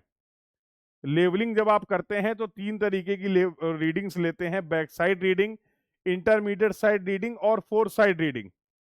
तो बैक साइड रीडिंग लेने का पर्पस क्या होता है? एक तो हम कंटिन्यूटी को मेंटेन कर पाए, जब कभी भी whenever we will shift the position of the instrument, तो प्रीवियस मेजरमेंट्स को कनेक्ट करते हुए अगर आपको आगे बढ़ना है, तो first reading again whenever we will shift the instrument, the first reading we will take as a back side reading to the previous station. और अगर आप पहली बार किसी भी स्टेशन को, किसी जगह पर आप इंस्ट्रूमेंट को प्लेस कर रहे हैं, तो first reading we will take on the benchmark. तो यहां पर क्या क्या पर्पस था इसको लेने का? एक तो कंटिन्यूटी आपने बता दी, दूसरा पर्पस क्या था? जब आप बैक साइड रीडिंग लेते थे, तो for example this is the benchmark, ये बेंचमार्क था, ये आपका इंस्ट्रूमेंट था for example, and this is the back side reading that you have taken. तो इसकी हेल्प से हम लोग एचआई बताते थे क्या? इसकी हेल्प से क्या हम लोग एचआई बताते थे? Yes. In the case of height of the instrument method we can find out the height of instrument with the help of the back side reading. Options पढ़ लेंगे। To find the elevation of a point over which staff is held during the back side. Main purpose ये नहीं था। हाँ, ये भी कर सकते हैं, ये भी कर सकते हैं, लेकिन मेन पर्पस ये नहीं था बैक साइड लेने का। ये काम तो आप इंटरमीडिएट साइड से भी कर सकते हैं, ये काम तो आप फोर साइड से भी कर सकते हैं। Four side from the previous station, back side from the next station, वहां से भी ये चीज संभव है, वहां से भी ये चीज प्रैक्टिकली पॉसिबल है। यस और नो? ठीक है। दूसरा पॉइंट क्या आपने बोला? ये नहीं है to approximate the correction for line. Correction नहीं होना चाहिए, यहां पर करेक्शन नहीं था, यहां पर एलिवेशन है आई थिंक सवाल में। ये टाइपिंग एरर है, चेक कर लेना। यहां पर एक टाइपिंग एरर है, जो ओरिजिनल क्वेश्चन था वहां पर था to approximate note about the elevation of the line of sight. Line of sight का एलिवेशन, क्या इसी को हम लोग हाइट ऑफ द इंस्ट्रूमेंट बोल सकते हैं? क्या इसी को हम लोग हाइट ऑफ द इंस्ट्रूमेंट भी बोल सकते हैं? बिल्कुल। तो इसको फाइंड आउट करने के लिए आप क्या करते हैं? बैक साइड लेते हैं। To find the eliminate the error of the levelling. Error से कोई लेना देना नहीं है, बैक साइड का एरर रेक्टिफिकेशन से कोई भी लेना देना नहीं है। उसके लिए आप बात करते थे कर्वेचर करेक्शन की, उसके लिए आप बात करते थे रिफ्लेक्शन करेक्शन की, वो सब बात की बात है। यस और नो? यस और नो? और अगला जो डिस्कशन था that is related to find the elevation of the benchmark. अरे बेंचमार्क का एलिवेशन क्यों निकालेंगे भाई? बेंचमार्क वो पॉइंट होता था, benchmark is a point which are having the known elevation. जिसका एलिवेशन, जिसका आरएल आपको पता होता है, उसी को तो बेंचमार्क बोलते हैं। The point having the known elevation. Yes और no? The point having the known elevation. तो ये बात भी ध्यान रखनी है, ठीक है। चलिए, तो इसके बेसिस पे we will go with the B के साथ हम लोग मूव करेंगे, ठीक है। तो I hope the point is clear to everyone. ये इसका डिस्कशन था। अगला क्वेश्चन देख लो, क्या बोला गया है? Which one of the following is not a geodetic reference? WGS 84। हाँ, इनमें से कौन सा जियोडेटिक रेफरेंस नहीं है? क्या आंसर करेक्ट होगा? तो इसका करेक्ट आंसर होगा WGS 84। चलिए नेक्स्ट क्वेश्चन देखिए। The flying height of the directly above the base of a building. अच्छा, कैपिटल H दे रखा गया 500 मीटर, बहुत बढ़िया। वर्टिकल फोटोग्राफ रेडियल डिस्टेंस दे रखी गई है 90 mm, और रिलीफ डिस्प्लेसमेंट दे रखा गया है 6 mm का। तो रिलीफ डिस्प्लेसमेंट जो होता है, रिलीफ डिस्प्लेसमेंट को हम लोग रिलेट कर सकते हैं क्या? R into small h divide by capital H। तो यहां से स्मॉल h पूछा गया है। हाइट ऑफ द बिल्डिंग क्या होगा? अगर मैं गलत नहीं हूं तो 33.33 मीटर। चेक करना, शायद यही आएगा। इसका जो आंसर आएगा वो आएगा 33.33 मीटर में ही पूछा गया था शायद, ठीक है। तो केवल फॉर्मूला आपको अप्लाई करना था, उसके बेसिस पे आंसर आ जाएगा, ठीक है। तो रिलीफ डिस्प्लेसमेंट के कंसेप्ट के बेसिस पे you can find out the height of the building. Capital H is given to you, relief displacement is given to you, और उन्होंने साथ साथ आपको दे रखा गया है रिलीफ डिस्प्लेसमेंट, हाइट दे रखी गई है और रेडियल डिस्टेंस दे रखी गई है टॉप पॉइंट की। तो इसके बेसिस पे वी कैन फाइंड आउट। आते हैं बेटा कट ऑफ पे भी आते हैं। पहले जितने क्वेश्चन मेरे पास अवेलेबल हैं उनके बारे में थोड़ा थोड़ा मैं आपको बता देता हूं, ठीक है। और कट ऑफ कोई अभी आज की डेट में फर्जी वाली बातें सब अपनी जगह है, किसी को कोई कट ऑफ नहीं पता है, ठीक है। ऐसा कुछ नहीं है कि आपको कोई कट ऑफ एग्जैक्टली बता सके, और किसी को भी देखोगे आप सुनोगे तो सबका एक ही स्टेटमेंट मिलने वाला है कि पेपर लगभग लगभग पुराने साल जैसा ही था। कट ऑफ जो होगा कहीं ना कहीं से वो 25 से 27-28 नंबर के बीच में लाई करेगा। तो ये सब जनरल स्टेटमेंट है, वही भी मैं भी वही बोल दूंगा तो कोई मतलब नहीं है। तो अभी कट ऑफ ऐसे कैसे बताया जा सकता? The cut of will depend upon the various factors. तो मेरे हिसाब से मैं नहीं बता पाऊंगा आपको कि कट ऑफ क्या होगा, ठीक है। तो अभी मेरे पास क्योंकि उसका कोई टूल्स टेक्निक और मेथड नहीं है, कोई इसका टूल्स टेक्निक और मेथड नहीं है। क्लियर है? ठीक है ठीक है, जो भी है जो भी है, वैल्यू जो है लगभग लगभग कुछ इस तरीके से आ रही होगी। फॉर्मूला मैंने बता दिया, हो सकता है गलत भी हो, मुझे याद नहीं है, मतलब याद बहुत सारी चीजें हैं। कंसेप्ट आई हैव डिस्कस, ठीक है। तो do not get confuse this value, आप इसमें पुट करिए and what ever you will get that will be the answer, ठीक है। और जिस फॉर्मेट में आपसे आंसर पूछा गया होगा उसी फॉर्मेट में आप आंसर मार्क भी कर देंगे। चलें आगे, ठीक है। और ये सभी हम लोग B1 पार्ट डिस्कस कर रहे हैं। अगले क्वेश्चन की तरफ अगर मूव करते हैं, do not go with the number. An oblique aerial photograph of a cricket stadium is taken which includes two distance points P and Q. The distance between the 2 points are measured on the ground is 150 metre. और photograph की dimension दे रखी गई है, लेकिन photograph में उनकी distance मिल रही है 5 मीटर और 15 मीटर। मुझे स्केल का बेसिक कंसेप्ट पता है, ये होता है मैप डिस्टेंस या फिर आप बोल दो फोटो डिस्टेंस। ये होता है मैप डिस्टेंस और photo distance divide by the ground distance, divide by the ground distance. ये है स्केल का बेसिक कंसेप्ट। तो एक लाइन है जिसकी आपके पास पोजीशन आपको पता है फोटोग्राफ में भी, उसकी पोजीशन आपको पता है ग्राउंड में भी, उसके बेसिस पे आप स्केल निकाल सकते हैं। तो आई थिंक इसके ऑप्शन दे रखे थे 1/100, 1/300, 1/1000, 1/3000, ऐसे कुछ वैल्यूज थी ना। तो बेसिक कंसेप्ट वही है। हम P पॉइंट के लिए स्केल निकाल लेंगे, Q पॉइंट के लिए स्केल निकाल लेंगे, जो भी ऑप्शंस गिवन थे उनमें से कोई ना कोई एक ऑप्शन आपका करेक्ट आंसर होगा। याद आ रहा है? तो this is the basic concept that we will use. Based on the provided information ground length is given to you, corresponding photo length भी आपको पता है दोनों ही पॉइंट्स के लिए, दोनों ही फोटोग्राफ के लिए। फिर आप उससे क्या निकाल सकते हैं? स्केल को आइडेंटिफाई कर सकते हैं, और वही स्केल आपसे क्वेश्चन में पूछा गया है। The same scale they have asked in the question. Clear है बात सभी को भाई? ये बात सभी को क्लियर है, यस और नो? ठीक है, चलिए बिल्कुल। तो अगला डिस्कशन कर लेते हैं। अगला डिस्कशन क्या है? In a relational database management system which of the following objective is oblique are achieved after the normalization process. Normalization process के बाद क्या क्या चीजें आप अचीव कर सकते हैं? MSQ है, बताओ भाई इसका आंसर क्या मार्क किया है? इसका आंसर क्या मार्क किया है? बोलो भाई।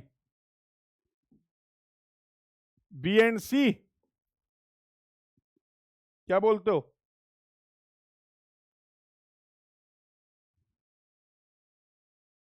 क्लियर है? क्लियर है? चलिए, तो अगला क्वेश्चन और क्या है? बोला sunlight travels from a medium ए, जिसका इंडेक्स दे रखा गया है, रिफ्रैक्टिव इंडेक्स दे रखा गया Na 1.5। मीडियम बी की तरफ जा रहा है, इसका रिफ्रैक्टिव इंडेक्स दे रखा 1.033। एंगल ऑफ इंसिडेंट जिसके बाद ये बी पे नहीं जाएगी, ए पे ही रह जाएगी, हाँ, sine critical angle will be equal to 1.033 divide by 1.5।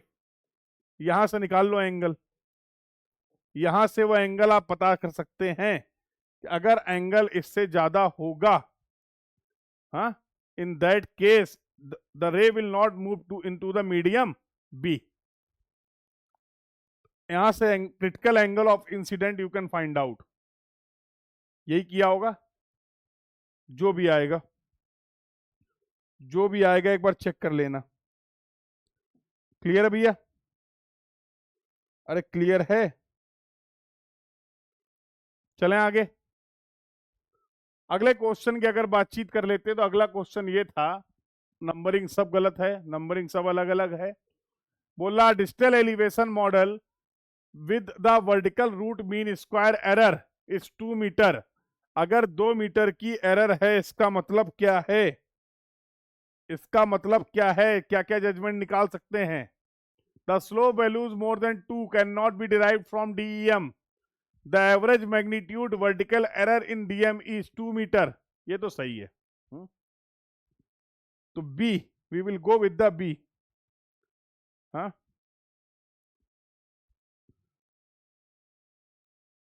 ठीक है ठीक है ठीक है, बिल्कुल बिल्कुल, मैंने वही बताया। Just apply the formula of the relief displacement, और रिलीफ डिस्प्लेसमेंट के फॉर्मूले के बेसिस पे आंसर आ जाएगा। अब एग्जैक्टली आपको पता होगा किस फॉर्मेट में आंसर पूछा गया था।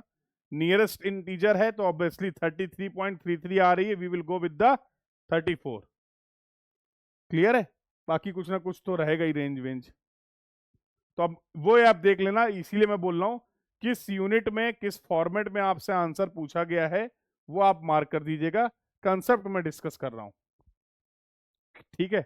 एक बार एग्जैक्ट सारी चीजें होंगी तो फिर वही आंसर एग्जैक्ट बता दिया जाएगा कि क्या आंसर होगा। और ये गेट में कल भी मैंने आपको एक लास्ट में जो आपको पेपर की शुभकामनाएं दी थी आप सभी लोगों को इस चैनल पे, हाँ, ऑल द बेस्ट वाला जो मैसेज था, उसका भी पॉइंट यही था। लास्ट मोमेंट पे भी मैंने आपको ध्यान दिलाया था कि सिली मिस्टेक नहीं करनी है। लास्ट शॉट जो कल हम लोगों ने शेयर किया आप लोग के साथ, रात को 11 बजे के आसपास, 12 बजे शेयर किया गया था वो, तो उसमें यही था, एग्जाम के लिए आपके लिए शुभकामनाएं थी। और साथ साथ क्या बताया गया था कि जल्दबाजी नहीं करनी है, क्वेश्चंस को ध्यान से पढ़ना है, आंसर मार्क करते समय बहुत ही ज्यादा ध्यान रखना है कि किस फॉर्मेट में किस आंसर को किस यूनिट में पूछा गया है, उसमें आप अपने आंसर को मार्क करिए।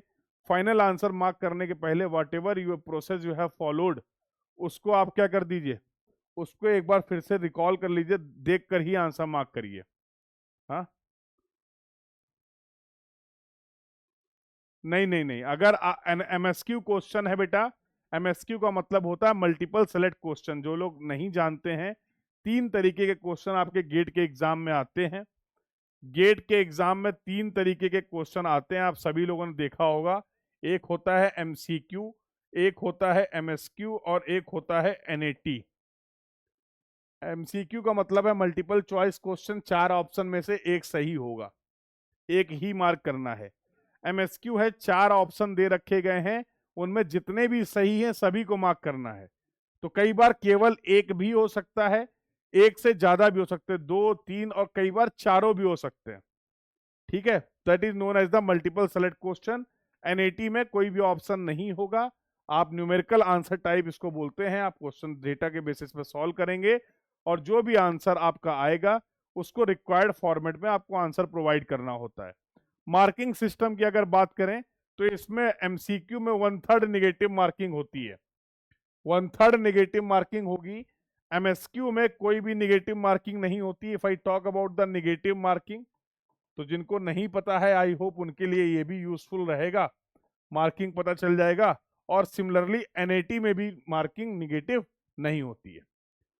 अगर आपका आंसर सही होगा you will get the mark, और अगर आपका आंसर गलत है, उस रेंज में नहीं है, वो वैल्यू नहीं है, तो निगेटिव मार्किंग नहीं होगी, आपको नंबर उसके नहीं मिलने वाले हैं। You will be awarded as 0 marks for that particular problem. Clear है भैया? तो सभी लोगों को आई होप ये क्लियर हो गया होगा। सभी लोगों को ये क्लियर हो गया है, यस और नो? सभी लोगों को ये क्लियर हो गया है, यस और नो?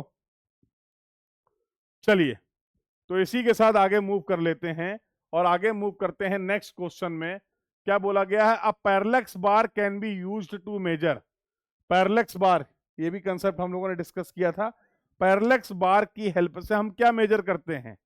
पैरेलैक्स बार की हेल्प से we will measure the parallax of the photographs, yes और नो। तो बहुत सारी चीजें दे रखी है, बट करेक्ट क्या होगा? Correct is going to be D, that is the parallax. Simple question था। अगले क्वेश्चन की अगर बात कर लेते हैं तो बोला गया for a proper stereoscopic viewing the stereo pair should be oriented in such a way that the flight lines of each photo are. तो स्टीरियो पेयर क्या होता था? आपके पास जो दो एरियल फोटोग्राफ होती थी जिनमें प्रॉपर ओवरलैपिंग होती थी, जिनको आप एनालाइज करते थे with the help of the stereoscope, जिस पूरे मेथड को आप स्टीरियोस्कोपी बोलते थे। तो वहां पर आप जब फोटोग्राफ्स को अरेंज करते थे तो आप देखते थे कि हर एक फोटोग्राफ नेक्स्ट फोटोग्राफ से कनेक्ट होना चाहिए, there should be proper continuity, और इसी के लिए आपने ओवरलैपिंग ऑफ फोटोग्राफ किया था। ओवरलैप्ड फोटोग्राफ को यूज करते थे इन the case of stereoscopy for the depth perception. ये बेसिक थ्योरी थी आपकी। तो यस, जो फ्लाइट लाइन होनी चाहिए that should be common straight line among the common straight line. D should be the answer for this question. जो option यहां पर दिए गए हैं उसके बेसिस पे हम लोग डी को करेक्ट आंसर मार्क कर सकते हैं। क्लियर है भाई सभी को? ये बात भी सभी को क्लियर है, यस और नो? तो आई थिंक नहीं, अभी और हैं, अभी कैसे आई थिंक? अभी चल रहा भैया, अभी अच्छे खासे क्वेश्चन हैं। Which of the following errors are eliminated by taking the observations by both the faces of the theodolite? तो theodolite के केस में हम लोगों ने देखा था फेस लेफ्ट ऑब्जर्वेशन की बात की थी।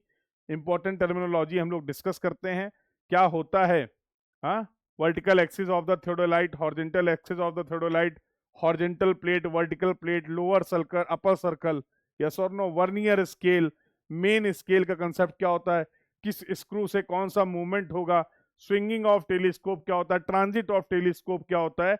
वैसे ही डिस्कस किया गया था कि फेस लेफ्ट और फेस राइट, जब आप किसी भी एक मेजरमेंट में दोनों फेस से मेजरमेंट परफॉर्म करते थे तो उनकी हेल्प से हम कुछ एरर्स को आइडेंटिफाई कर सकते थे, इंस्ट्रूमेंटल एरर को, और सही भी कर सकते थे। यस, तो कौन कौन सी एरर की बात करें अगर, तो अगर line of sight is not perpendicular to the horizontal axis, सही है। इम्परफेक्ट ग्रेजुएशंस वाली बात यहां नहीं होगी। error due to the horizontal axis not being perpendicular to the vertical axis, error due to the eccentricity, तो all these you can identify और इसके लिए आप करेक्शन अप्लाई कर सकते थे। इसलिए हम लोग फेस लेफ्ट और फेस राइट ऑब्जर्वेशंस लेते थे इन द केस ऑफ थियोडोलाइट। ठीक है, तो आप मेथड ऑफ रिपीटिशन की बात करते थे, मेथड ऑफ रिट्रेशन की बात करते थे, वहां पर एक ही मेजरमेंट को दोनों फेसेस से परफॉर्म करते थे, ताकि इस तरीके की अगर कोई इंस्ट्रूमेंटल एरर है तो उस इंस्ट्रूमेंटल एरर के इफेक्ट को हम लोग आइडेंटिफाई कर सकें और सही कर सकें। क्लियर है बात? ये बात सभी को क्लियर है, यस और नो? चलिए, इसके बाद अगला क्वेश्चन ये था, ये बढ़िया सवाल था। The problem was related to the reciprocal levelling, 2 number का सवाल था। यहां पर जहां तक मुझे याद है, यहां पर आपसे पूछा गया था collimation error. In this question difference नहीं पूछा गया, गलत लिखा हुआ है। In this question they have asked about the collimation error. Collimation error पूछी गई है। आपने इंस्ट्रूमेंट को ए के पास रखा है, बी के पास रखा है, स्टाफ रीडिंग मिल रही है, और इसके बेसिस पे कोलिमिनेशन एरर कितना होगा ये पूछा गया है। They have not asked about the what is the difference between the point A and B. इन दोनों पॉइंट के बीच में एलिवेशन डिफरेंस कितना होगा ये नहीं पूछा गया, ध्यान रखना। एक बार आप लोग चैट बॉक्स में कंफर्म भी कर दीजिएगा। In this question they have not asked कि what will be the elevation difference between point A and B. उन्होंने क्या बोला है? What will be the collimation error. Collimation error को आपको फाइंड आउट करना है, कर सकते हैं। जैसा मैं हमेशा बोलता था, क्लास में भी बोला है कई बार, जब कभी भी इस टॉपिक को डिस्कस किया है, कि जब कभी भी रेसिप्रोकल लेवलिंग का सवाल आएगा, हम केवल इन 2 रीडिंग को ऑब्जर्व करेंगे, और इन दोनों रीडिंग के बेसिस पे हमें ये पता चल जाएगा कि which point is at higher elevation and which point will be at lower elevation. इसके कंपैरिजन में अगर नेक्स्ट रीडिंग है इंक्रीज हो रही है, इसका मतलब पॉइंट लोअर एलिवेशन पे है। इसके कंपैरिजन में अगर अगली स्टाफ रीडिंग डिक्रीज हो रही है, इसका मतलब पॉइंट जो होगा आपका वो हायर एलिवेशन पे होगा। यहां पर जो 2 रीडिंग दे गई हैं उनको देखकर ये समझ में आ रहा है कि सिचुएशन कुछ ऐसी होगी कि ये पॉइंट ये होगा और ये this is the point B, यहां कहीं आपने इंस्ट्रूमेंट को रखा है और जब रखा है तो यहां पर आपको रीडिंग मिल रही है 1.275 जो कि बी पे इंक्रीज हो जा रही है 2.005। यही मामला है। इन दोनों रीडिंग को ऑब्जर्व करके ये तो पता चल गया। एलिवेशन यहां पर अगर ये पूछता एच क्या होगा, इन दोनों पॉइंट के बीच में एलिवेशन डिफरेंस क्या होगा, तो हम लोग इन रीडिंग के बेसिस पे निकाल सकते थे 1.275 minus 2.005 plus 1.040 minus 1.660 by 2। Yes और नो? निकालना यहां पे भी पड़ेगा लेकिन ये पूछा नहीं गया है। तो कोलिमिनेशन एरर क्या है? When the line of sight is not perfectly horizontal, जब हमारी लाइन ऑफ साइट इंस्ट्रूमेंट की परफेक्टली हॉरिजॉन्टल नहीं होती है, उसकी वजह से जो भी एरर होती है हमारे मेजरमेंट में उसको हम लोग बोलते हैं कोलिमिनेशन एरर। तो देखो भैया यहां पर हम लोग एक काम ये कर सकते हैं कि अगर यहां पर ये रीडिंग 1.275 है तो ये रीडिंग भी होने वाली 1.275। सबसे पहले इन दोनों पॉइंट के बीच का एलिवेशन डिफरेंस निकाल लें, ये पता चल गया। मेजर रीडिंग के बेसिस पे डिफरेंस निकाल लें, वो पता चल जाएगा। सॉल्व करने का तरीका मैं बता रहा हूं, मैं लिख देता हूं। ECL यहां पर क्या हो जाएगा, मैं डायरेक्टली एक इक्वेशन लिख देता हूं जिससे आपको पता चल जाएगा। एच की वैल्यू हम लोग ऐसे निकालने वाले हैं, तो जो ECL होगा यह आपको बताएगा 2.005 माइनस 1.275। पहले तो इन दोनों का डिफरेंस ले लो और इसमें से माइनस कर देना एच को। इसमें से माइनस जब हम लोग कर देंगे एच को, तब हम लोग को पता चल जाएगा कि कोलिमिनेशन एरर कितनी है। In this way, this is the, यहां पर आपका एच वाला फैक्टर भी है, तो एच प्लस कोलिमिनेशन एरर, ये जो ब्लैक से मैंने इंडिकेट किया है इसमें एच प्लस, इस डिफरेंस से आपको पता चलेगा एच प्लस कोलिमिनेशन एरर। और collimation error will be equal to क्या होने वाला है? कोलिमिनेशन एरर में से ये पूरी वैल्यू में से अगर एच को माइनस कर दूंगा तो then I will get the value of collimation error. ये वैल्यू आ रही 0.675। चलो तो एच की वैल्यू आ रही 0.675 और इन दोनों का डिफरेंस बता दो। तो स्टाफ रीडिंग का डिफरेंस अगर मुझे बता दोगे तो 2.005 माइनस 1.275 ये कितना आ रहा है, और इन दोनों का डिफरेंस आपको बता देगा कोलिमिनेशन एरर। कंसेप्ट क्लियर हो गया? यस, तो बढ़िया था। जनरली हम लोग रेसिप्रोकल लेवलिंग से जो सवाल एक्सपेक्ट करते हैं, देखते हैं, डायरेक्टली हम लोग को एलिवेशन या एक पॉइंट का आरएल पता है, दूसरे पॉइंट का आरएल पूछ लिया गया, ऐसे क्वेश्चंस लगातार आपके एग्जाम्स में आते रहते हैं। इस बार कोलिमिनेशन एरर पूछा गया है। तो I hope the discussion is clear to everyone. सभी को ये सभी बातें क्लियर हैं? चलिए, तो यहां तक हम लोगों ने क्वेश्चन डिस्कस कर लिए हैं और I think now we are left with the one question. एक क्वेश्चन और हमारे पास अवेलेबल है। कुछ स्केल दिए गए हैं और जिसके बेसिस पे आपसे पूछा गया था, इन स्केल को कंपेयर करने के लिए बोला गया था।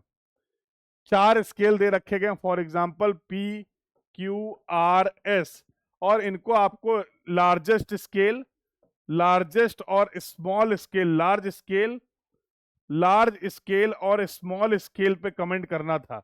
तो जब कभी भी हमें स्केल को कंपेयर करना होता है, तो हम लोगों ने हमेशा एक चीज को ध्यान रखा है कि स्केल को कंपेयर करने के लिए हम लोग आरएफ को कंपेयर करते हैं। तो सभी स्केल का आरएफ निकाल लेंगे, जिसका आरएफ ज्यादा वो लार्ज स्केल हो जाएगा और जिसका आरएफ कम होगा वो हमारा उससे स्मॉल स्केल हो जाएगा। तो इस कंसेप्ट के बेसिस पे जो भी ऑप्शंस अवेलेबल हैं हम इसका आंसर मार्क कर सकते हैं। क्लियर है भाई? तो लार्ज स्केल और स्मॉल स्केल का क्या कंसेप्ट है, that we can comment based on the RF. Yes और नो? ठीक है भैया? तो लगभग इस पूरे सेशन में मैंने आप लोग के साथ 35 टेक्निकल क्वेश्चन पार्ट ए और पार्ट बी1 के 35 क्वेश्चन डिस्कस कर लिए आउट ऑफ 55 क्वेश्चन। ठीक है?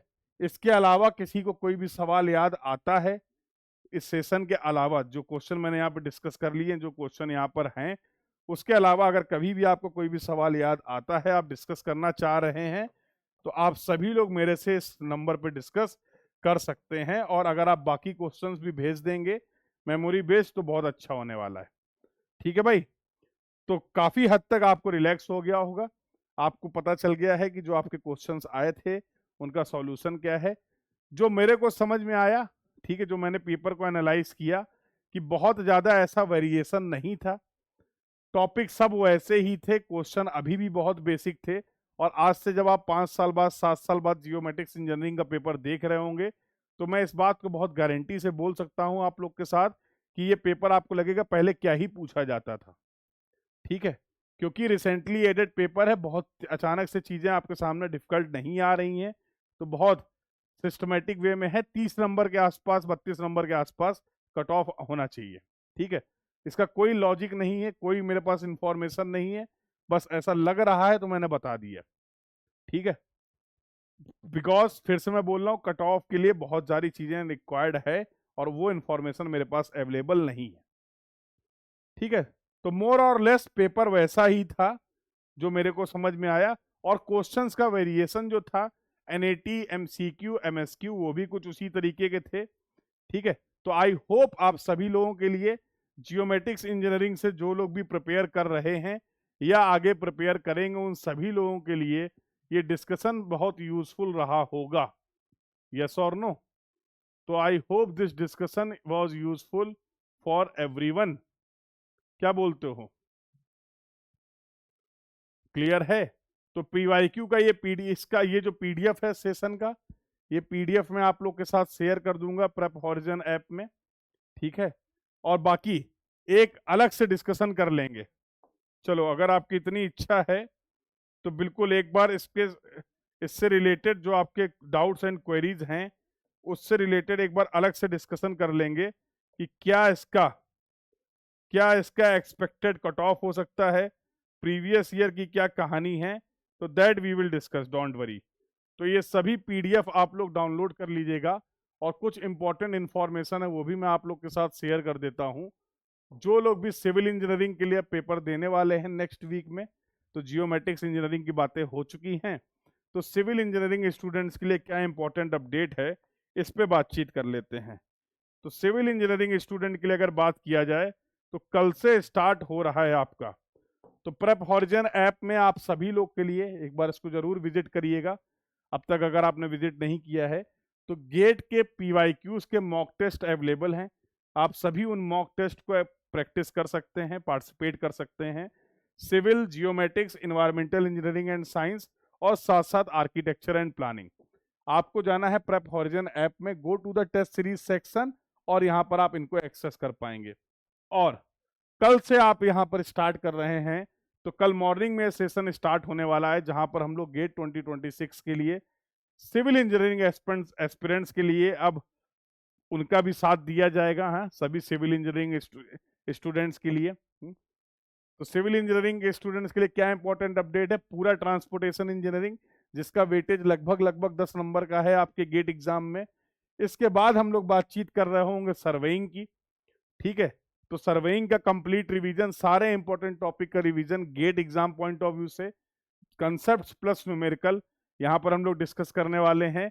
और इसके बाद आप बात कर रहे होंगे पर्ड और सीपीएम की। ठीक है, तो ये सारी क्लासेस आपकी यूट्यूब और ऐप पर क्लासेस होने वाली, प्रेप हॉरिजन ऐप पर और यूट्यूब पर आप इस क्लासेस को देख पाएंगे। Then we will go for the RCC. इसके बाद हम लोग बातचीत कर रहे होंगे आरसीसी की। तो अगर आप गेट 2027 के लिए प्रिपेयर कर रहे हैं सिविल इंजीनियरिंग, जियोमेट्रिक्स इंजीनियरिंग से, तो आप सभी लोग प्रेप हॉरिजन ऐप में अपनी प्रिपरेशन को स्टार्ट कर सकते हैं। तो you can download the Prep Horizon app to access all the features, और साथ ही साथ वेबसाइट के थ्रू भी आप एक्सेस कर सकते हैं इन सारे फीचर्स को, नोट्स को एक्सेस कर सकते हैं www.prephorizon.in। ठीक है, तो जो भी इनिशिएटिव हैं उन सभी को आप अच्छे से यूटिलाइज करिए फॉर योर प्रिपरेशन। और किसी भी तरीके की डाउट एंड क्वेरी के लिए you all can connect with मी, और अपने डाउट्स एंड क्वेरीज यहाँ पर डिस्कस कर सकते हैं, वेब से रिलेटेड, ऐप से रिलेटेड, क्लासेस से रिलेटेड, प्रिपरेशन से रिलेटेड, हाँ, गाइडेंस से रिलेटेड, सब चीज़ों के लिए आप इस नंबर को अपनी हेल्पलाइन नंबर कंसीडर कर सकते हैं। You all can connect with मी। ठीक है, तो कल से ये सेशन स्टार्ट होंगे। क्लास के लिंक ऑलरेडी क्रिएटेड हैं इसी चैनल पे।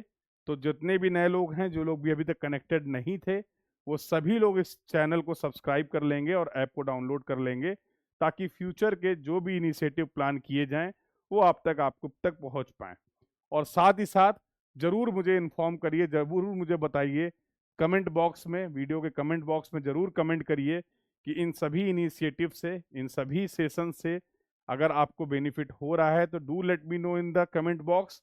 अच्छा लगेगा, मोटिवेशन मिलेगा। ठीक है, तो अपना रिस्पॉन्स, अपना फीडबैक कमेंट बॉक्स में सभी लोग जरूर शेयर करते रहिए।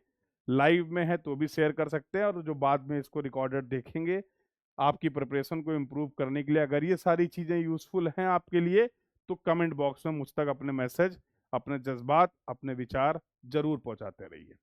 ठीक है, तो इसी के साथ इस डिस्कशन को हम लोग यहाँ पर कंप्लीट करते हैं और मिलते हैं कल सुबह 11 बजे सेशन है आपका, जहां पर आई थिंक हम लोग कल बात कर रहे हैं सर्वेइंग की।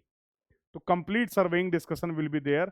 बहुत ज़्यादा टाइम मैं लूंगा नहीं, 2 से ढाई घंटे, उससे ज़्यादा मैं ले भी नहीं पाऊंगा। 2 से ढाई घंटे की क्लास होगी और सर्वेइंग के जो 4 से 6 नंबर का वेटेज है, उन सभी टॉपिक्स को हम लोग with concept, with question complete कर लेंगे। ठीक है, तो आई थिंक 4 से 6 नंबर गेट के लिए 2 ढाई घंटे तो दिया जा सकता है। क्या बोलते हो? हाँ, तो जिन भी लोगों ने सर्वेइंग पढ़ रखी है, कहीं कोई दिक्कत है, कहीं कोई डाउट है, कल सभी लोग सेशन को ज्वाइन कर लेंगे। ठीक है, और सिविल इंजीनियरिंग वाले लगातार अब मॉक टेस्ट प्रिपेयर करें, पीवाईक्यू के मॉक टेस्ट एक्सेप्ट अपीयर करें, लास्ट वीक है। क्वेश्चन प्रैक्टिस करते रहना है, कंसेप्ट्स को रिवाइज करते रहना है।